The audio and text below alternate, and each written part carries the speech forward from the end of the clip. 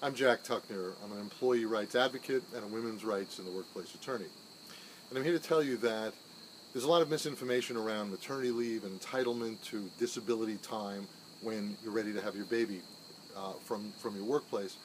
And the answer is this. First of all, if you work for an employer with at least 50 employees and you've worked there for at least 1 year at the time your baby's born, you're entitled to 12 weeks of maternity leave.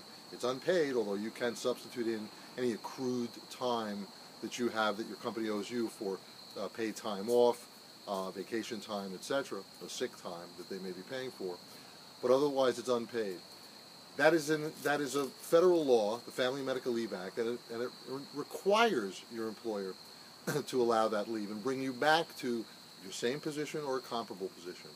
If you work for an employer that does not have 50 employees, but has at least 15, doesn't matter how long you've worked there, it could be a week at the time your baby's born, you're entitled to the same type of disability leave and reasonable accommodation that your employer would have to provide to someone else with an injury, be it a skiing accident or someone's illness, a heart attack, or even just winter flu.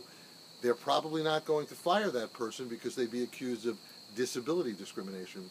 And they're not going to be able to fire you, even if they tell you you're not entitled to leave, you are. Otherwise, they're discriminating against you on the basis of your sex. The Pregnancy Discrimination Act, which is an amendment to the Civil Rights Act of 1964, protects you on the basis of who you are as a woman. And when the time comes, when you're gestating a baby and you need that time to have the child, your employer must allow you to take a reasonable leave. It doesn't have to be 12 weeks, but a reasonable amount of time. And even if you work for an employer with less than 15 employees, chances are really good that you're covered under your state's law or your city's law, because most states' law, such as New York State and Connecticut, where I practice law, require only 4 employees. Your employer must only have 4 employees, and it doesn't matter how long you've worked there. And when it's time to have your baby, your employer must weigh out its needs with your needs to be accommodated so you don't lose your job when you are at this time of having your child incapable of working for at least several weeks period of time. I hope this was helpful. See you back here at the Women's Rights in the Workplace channel. Bye-bye now.